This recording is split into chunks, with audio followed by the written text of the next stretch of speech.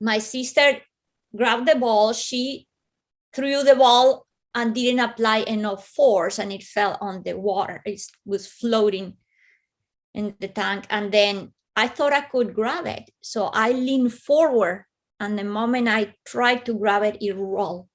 Oh. Then I lost my balance and fell in the tank. And the first feeling, John, was the sense that this water was frigid cold. And the next feeling was why I cannot breathe. And that's when the terror came. Like, I had never had my head underwater. So I didn't know that if you fall in the water, you drown. When I am in this state of absolute horror, John, this is the part that is just absolutely amazing. From that horror in just a blink, I went to a state of complete peace and serenity and calmness. And wow, I didn't need to breathe. I didn't need to run. I didn't need to escape. I didn't need to do anything. It was just like, I feel so well. Good evening and welcome to the channel Earth to the Other Side. I'm your host, John Glasspool, and tonight I'm honored to be speaking with Ingrid Honkala.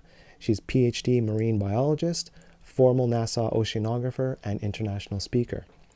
She's had a multitude of spiritually transformative experiences, including a near-death experience at the age of only 2. Since her NDE, Ingrid was aware of other dimensions of life other than those most of us are normally aware of and experience.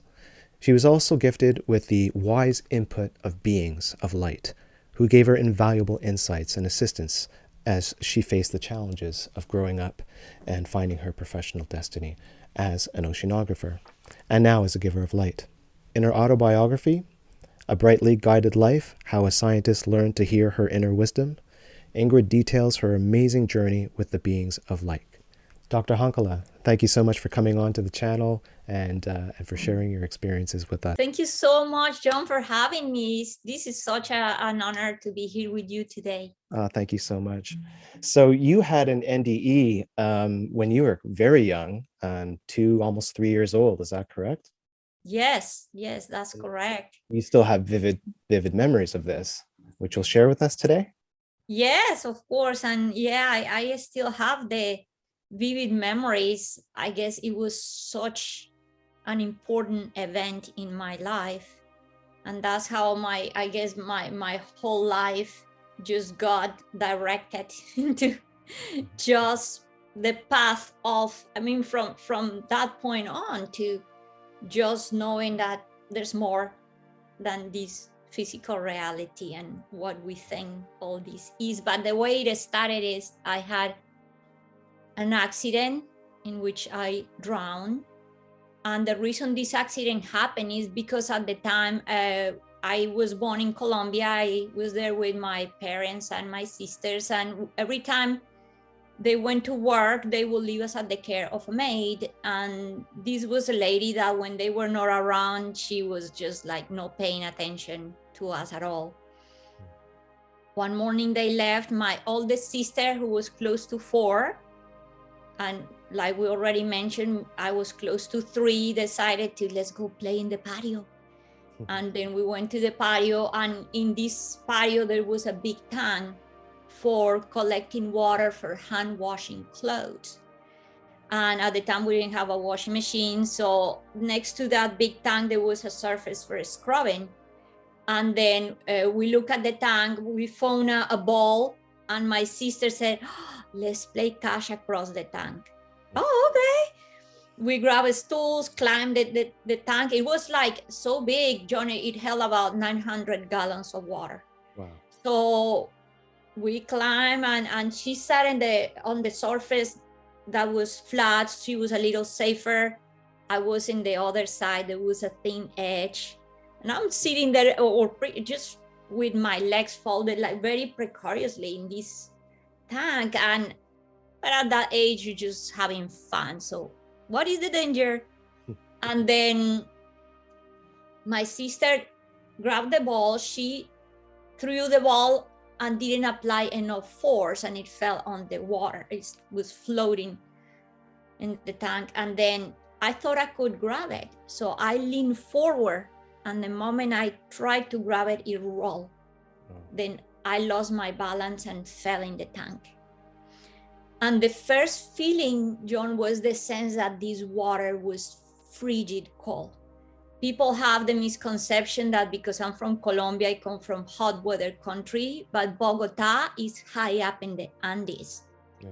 Like, I don't know, this is like 9,000 feet. Yeah. So the water in this tank probably was about 30, 40 degrees Fahrenheit. So of course, the first shock was like the water being frigid cold. And the next feeling was why I cannot breathe. And that's when the terror came. Like, I had never had my head underwater. So I didn't know that if you fall in the water, you drown. And imagine now I'm in this state of absolute panic. Why I cannot breathe. I just wanted to get out of this tank. How can I get out of here? And then my sister is out there trying to get me, but I sank in the tank. And then when I am in this state of absolute horror, John, this is the part that is just absolutely amazing. From that horror in just a blink, I went to a state of complete peace and serenity and calmness, and wow, I didn't need to breathe. I didn't need to run. I didn't need to escape. I didn't need to do anything. It was just like, I feel so well. I didn't know what was happening. It was just knowing that I am in complete peace.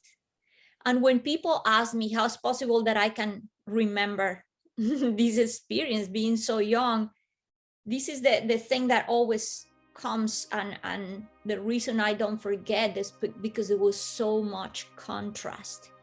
So what is this contrast about? The first thing, of course, the trauma of drowning and going from that terror to that peace. The next one is that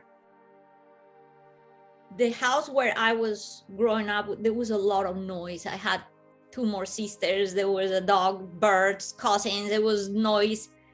And the last thing I heard, besides there was all this background noise and all that, was that my heart was pounding so hard in my chest. Imagine when you're so scared, and I could hear it in my head, like boom, boom, boom, boom. It was so scary when everything went peaceful. I experienced complete silence. And it's what I call the silence behind the silence, that I crave this silence for the rest of my life. So later in my life, I will go in closets, under the bed, and later in chapels. I wanted that silence back. The other contrast was that when I fell in the tank, this area was completely made of cement. It had a roof. It was very early in the morning. So this space itself was very dark. So the last thing I saw with my eyes open when I was drowning was the darkness of the space. And it was when I saw light. And it was a light that was coming from below. So it's like, wow, now there is light. And the light was able to illuminate the whole watery surrounding.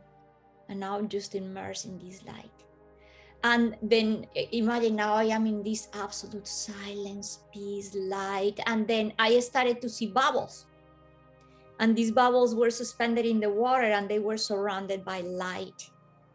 And then imagine being this childlike, like, whoa, this is cool. Then I started to chase the bubbles. And it was when I turned around and I saw a body suspended in the water, floating there in the water. And I'm like, whoa, at that moment I had the clear realization that is my body. And it was not even the sense of, there was no fear, none of that. It was just the sense of familiarity, like, oh, that's my body. Kind of like, oh, that's normal. And then it came the next contrast, and it was that I was born as a very sick child. And sometimes we will wonder why a child will be sick and all this. But that was the way it had to be, because I always say, if I would have been born as a very healthy, a child that is feeling good, then I would not have that sense of well-being that I experienced. So what happened, I didn't even know how it was to feel well. And the moment I am in this state of absolute well-being, I look at that body and I say, I'm not going back there. And I turn around, and this is the other thing. At that moment, I knew I could make the decision of leave the body behind. And I walk and I turn around and left the body. And it's when I started to see flowers that were blooming from nowhere. And it's like, oh, it was absolutely beautiful. This is so incredible. And then it was when I was picked up by flowers. So it was like this sense, even the sense of dimension disappeared. And now I am being carried by these flowers. And I am just there. And I always give the analogy that is like going back to the womb, where you don't have to do absolutely anything. You're just being done. And I'm just being carried and relaxed and just in a state of bliss. This is the only thing I could just say, that just feeling incredibly well. And from there, in just a blink like that, John, I appear in the maid's room. And I was like floating in the ceiling, and I was looking at her from above like, oh, that's Maria. And she was just distracted listening to soap operas. She didn't have any idea what was happening. And from there, in another just flash, I appeared in my mom's path. She didn't have a car. She was walking, and she had to cross all this neighborhood, and she was close to her bus stop. And then I appeared there again, like floating from above, and I look at her and I said, oh, that's Mom. And this is what blows everybody's minds away, is that the moment I said that, John, my mom stopped. And this is the incredible thing. And this is also what validates this experience, that my mom was able to sense and know something is happening at home, and I have to go back. And imagine how is for us adults, the pull of like, I have to go work, and there's a lady taking care of our children. What is the problem? No, she felt it. And I would say that my mom was a very intuitive person. Yeah. But I always say the important thing is to listen to that intuition. And she did.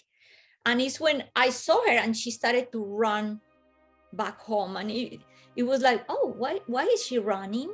But at that moment, I changed from my mom, my view to a dog that was at the end of the road.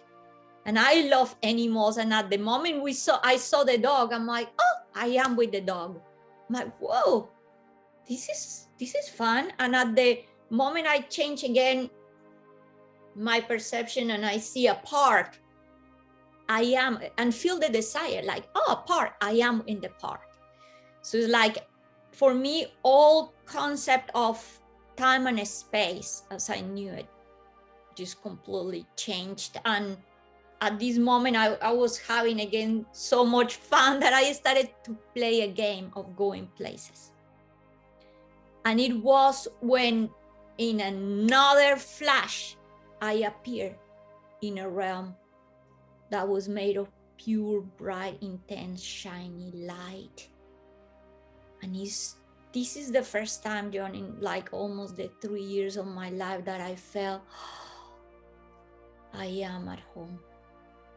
Oh, I am home.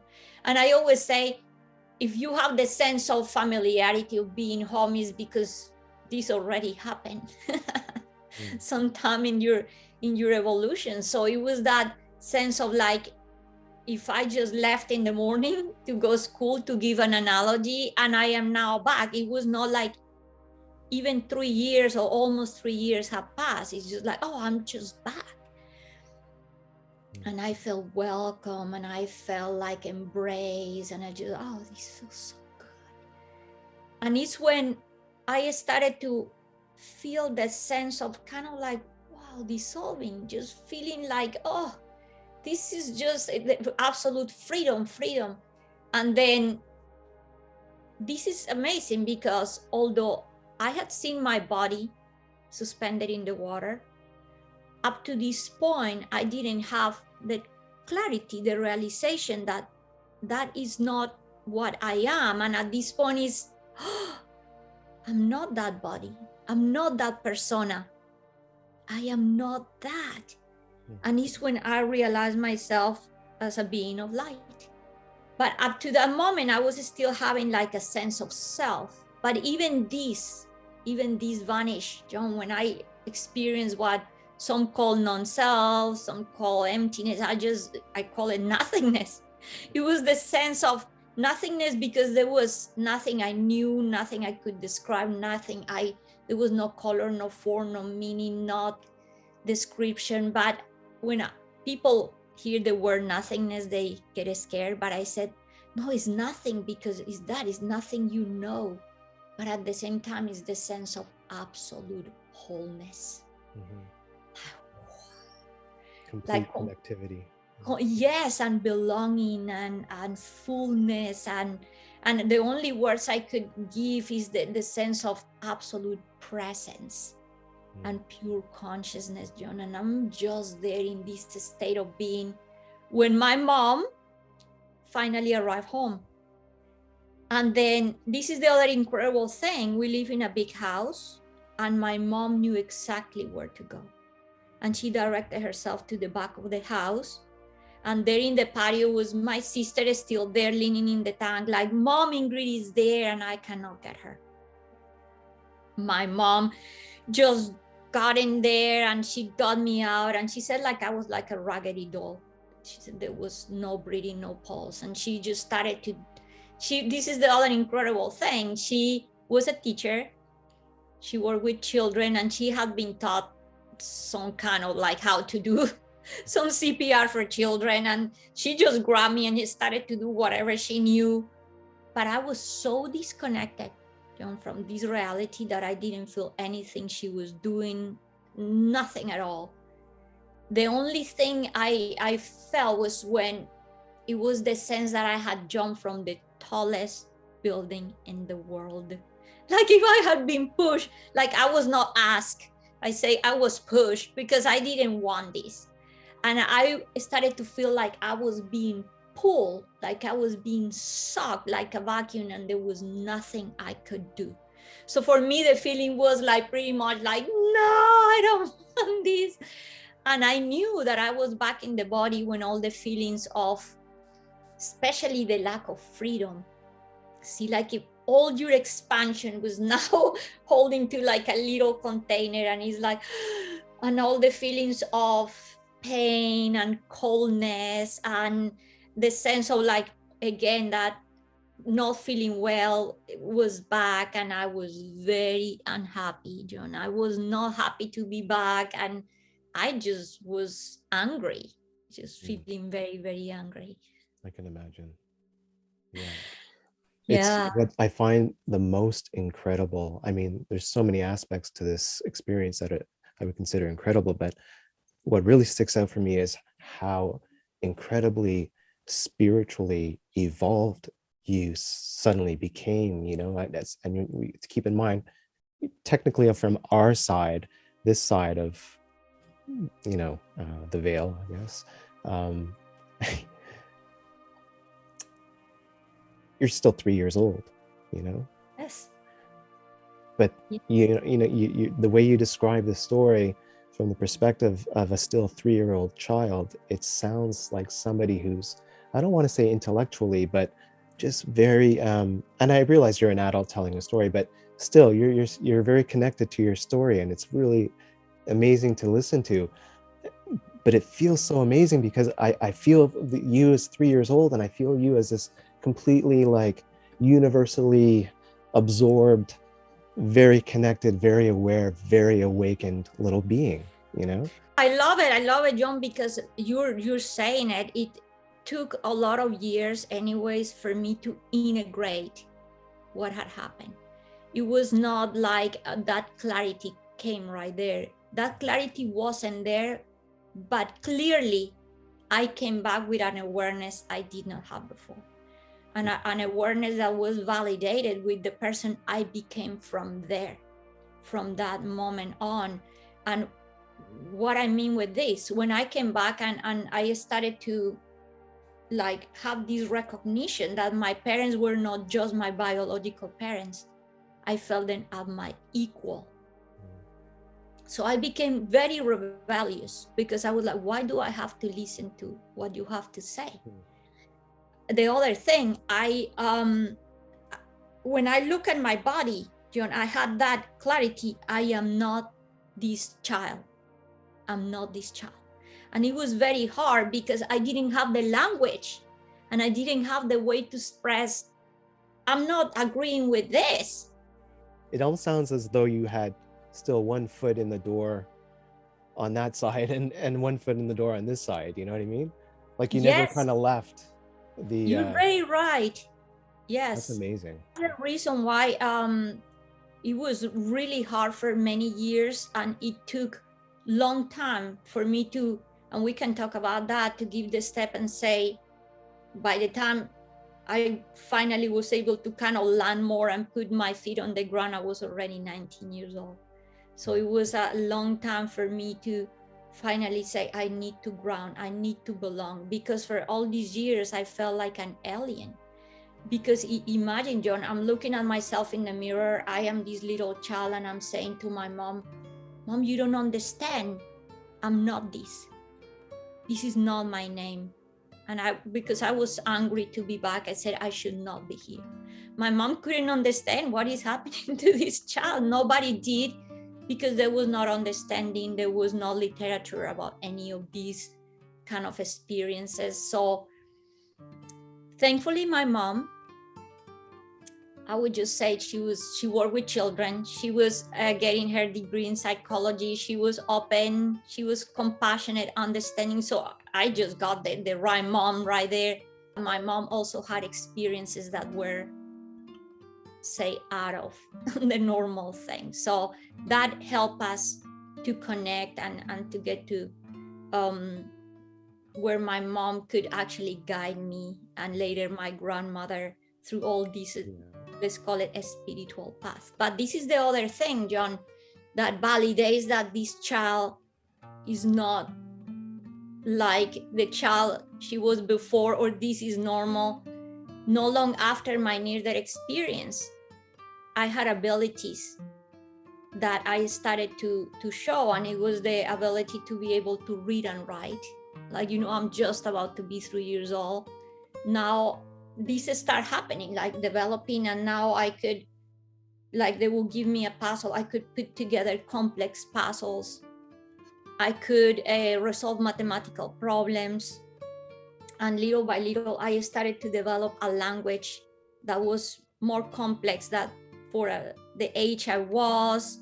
And then I was very good at drawing, painting. So all these started to come to the surface, and it was the sense, I don't have to learn any of these. I just have to remember.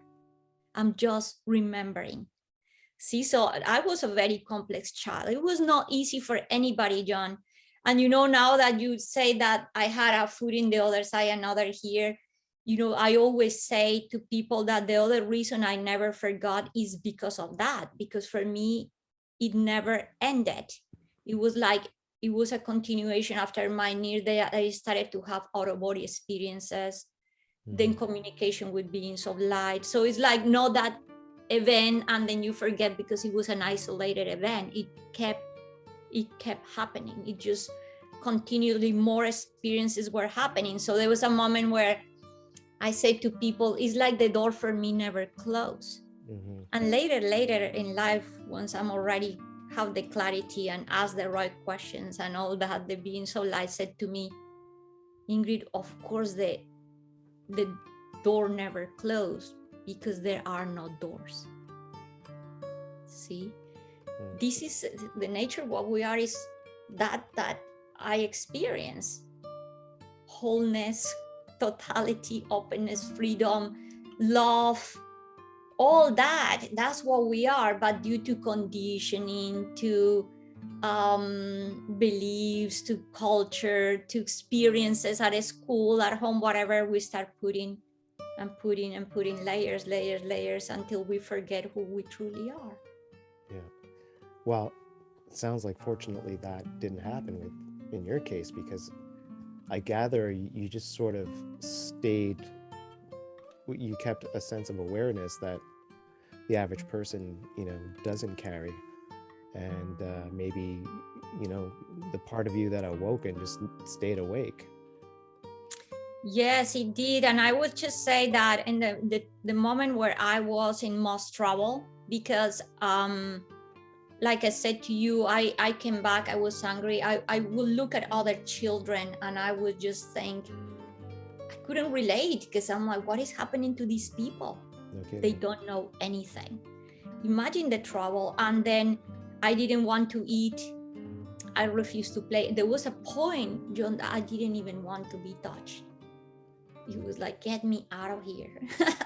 But thankfully, the help that I needed, I just say, came in the most remarkable way. And it's when I started to have access to now more clarity. But what happened is it just all began with having out of body. We know today, I didn't know at the moment, that was nothing about that it was out of body experiences or anything like that. Every time I went to sleep, I would just go through that whole process. At the beginning, it was a little disturbing because I would experience sounds and frequencies and movements and colors, things that I have never seen in this reality. But I will be propelled like to be in that realm of the light again. And it was like, so I wanted to be there. I wanted to spirit. That's what I wanted. And then it kept happening. Now my parents fired that lady, hired a new one. But this one, the child is sleeping. She has to do less work. So this is incredible because she will let me sleep. And I had the chance to go back and experience all this stuff. So there was a moment in one of these journeys. One day, I was surrounded by starlight figures. This was again this light, but there was starlight figures that were shining everywhere. It was like, wow! Now I wanted to be sleeping all the time. And in another one of these journeys, one of these lights that was shining like in pure gold, it approached me. It shaped itself into a human form just to show me, look, we are the same. And because I had seen myself as a being of light, it was like, oh, you are a being of light, was what I just said. And then in that moment, I woke up from that. But imagine, again, this I came to understand later, the balance is needed. I could not be the child that is left forever, because that's all I wanted to do. So it was like, what happened next was that something has to happen for me to just get out of that. Then one day I'm taking a shower, I'm all relaxed in the shower, and it's when a like intense blue shiny light appeared in the bathroom. And it's when I said, oh, now the beings of light are here. So that's what brought that balance, that okay, now I could be awake and be with the beings of light here. And then this is the other thing that I understood later too. Once the beings of light, I started to see them here everywhere. It was that sense of peace and home, and I'm not alone. And then I started to eat. I started to play with my sisters, to be more kind of here. And it's when I said to people later, is when I understood that home is not a place, because what is that I wanted to go there. And having the presence of the beings of light here show me, oh, home is here too. So home is not a place, it's a state of being. I started to feel really good. But at the beginning, they didn't do or say anything, just presence. That was all that was needed. But I was still throwing big tantrums, John, because I didn't have connection to my name, to my persona. And I was just, when people call me Ingrid, I will get very aggravated. And I'd just be like, oh, don't call me like that. That is not my name. Yeah. And then in one of these tantrums, these episodes, they were calling me, Ingrid, it's time for dinner. And I wouldn't come. And the lady, we're calling you for dinner. And I said, don't call me like that. That is not my name. And she said, then how should we call you? What is your name? And I said, I do not need one. And it's when they're just like, oh, send me to bed, because I was just being too much. And I was just so sad, aggravated, crying. And it's when for the first time I heard a voice it was talking in a very calm and loving and compassionate way, almost like giving me a secret, like a whisper, like, it's going to take time. It's going to take time for them to understand that names are not needed in the realm of the light. Can you give us sort of like a high level explanation of what your book is about? And your book is called A Brightly Guided Life: How a Scientist Learned to Hear Her Inner Wisdom.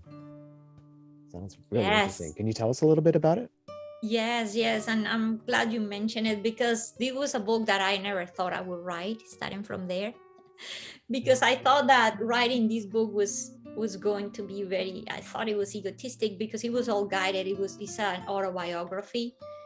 And I was in the idea, like, writing about me? No. And when people read the book, it says, Ingrid, this book is brutally honest. How did you write a book? And I said, because it had to be transparent in order to really bring the teachings. And in the book, I just tell my near that is only the first chapter of the book. After that, the idea was not just bring all these gifts and all these things, but all the sufferings, and how all the sufferings brought me to the really what I call the true awakening.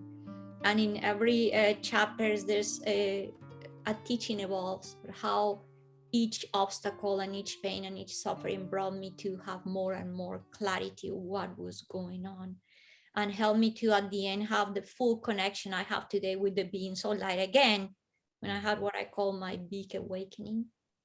And I was in the car.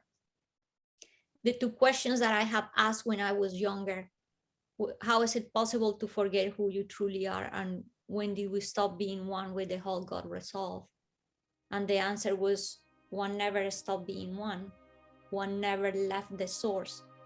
One just became distracted and seemingly forgot. So the book shows that journey of how we get distracted, how we lose the focus, and how to go back there. How to see all our challenges as ways to wake up, to know this is happening for me. So that's the book. And like I said, when people ask me, is you're thinking that your book is going to be a bestseller? What is about your book? And I said, no, I wasn't thinking about anything, John. I just thought, look, if this book is able to help one person, I am already a bestseller. Yeah, exactly. And when I got the first email that says, I wasn't even expecting this at this level, and it says, your book saved my life. I was like, wow. And then from there, I started to get many emails, and then the interviews, and then things started to happen, because the book has been impactful for people. They say, I can't relate with you. This book made me feel and understand my process. So it's very simple book, because this is the way it needed to be written, in a way that anybody could read it and relate with it. Mm-hmm.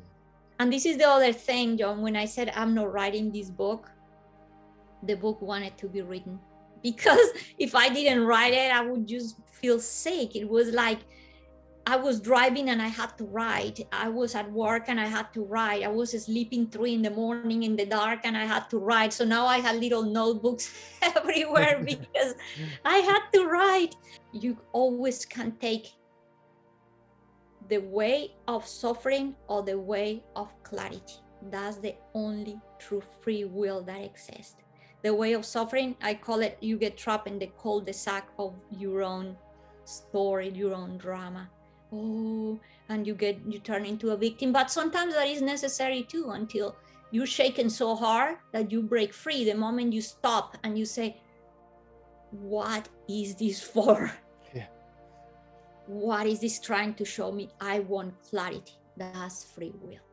That's the moment when you are in that river, you pick to, and you've been drowning, and then you like, I found this piece of wood, I'm going to get on it and going to make my journey easier. And how we make that journey easier? By calming the mind, by using all these millenarian technique, all these techniques of meditations, of mindfulness, of calming the mind, of connecting with wisdom. All that stuff, there's there for a reason, to tell us, look, the path can be easier if you learn to calm your mind and connect with wisdom. Because when you have wisdom, you know what to do, where to go, how to do it. We can end it in an experience I had, because this is a beautiful teaching. And that's the part that I want to bring to people. One, the place of gratitude, because it's the highest vibrational frequency there is, and calming the mind. And there was, again, 3 in the morning one day, wake up, the wind so light wake me up, and I have a vision, and in this vision I see a lake, and it's a very peaceful, calm, beautiful lake. I'm like, whoa, this is so peaceful. And then there's a being of light next to the lake with a pebble, and I'm like, oh no, he's looking with this sneaky face, like I'm going to disturb the peace in this lake with this rock. What is the expectation? Of course, if he drops the rock, is going to create all this disturbance in the water. And it goes, and the being of light toss the rock in the water. And the moment it touched the water, it did not create a ripple. It did not create a disturbance. It's like, wow, what just happened? And it's when the being so light said to me, that's when someday you have to be in the place where no matter the challenge, no matter what is out there, you will be completely calm. Like you say, that happened in the car. That's the place where you are in complete connection. When you learn to quiet the mind, you can just go through life and be okay with what is called radical acceptance. Be there and present with whatever is. So he said to me, you know why the human body is made of 70% of water? And I said, no. They said, learn to keep your inner water calm. They showed me everything is a symbol representing the truth. And they said, so now I use this funny thing, like, because life can be just fun like that. And I'm like in the line, in the car, in whatever, waiting for something. And I'm like, if I'm feeling any kind of disturbance, Ingrid, keep your inner water calm. I love that. Yeah. Yeah, I love that. That's awesome. I feel like that expression has been trying to come out of me, and you just like opened the door. Been waiting. Oh, wow, that's amazing. Well, Yeah. Dr. Honkala, such a pleasure to speak with you, and listening to all your stories and experiences has been just wonderful. Thank you so much for sharing it with us today. We really appreciate it. I really appreciate it. Thank you so much. Thank you so much. And oh gosh, this is just the journey to go back to the heart, to go back to love. Spread love, spread love. Yeah. Yes.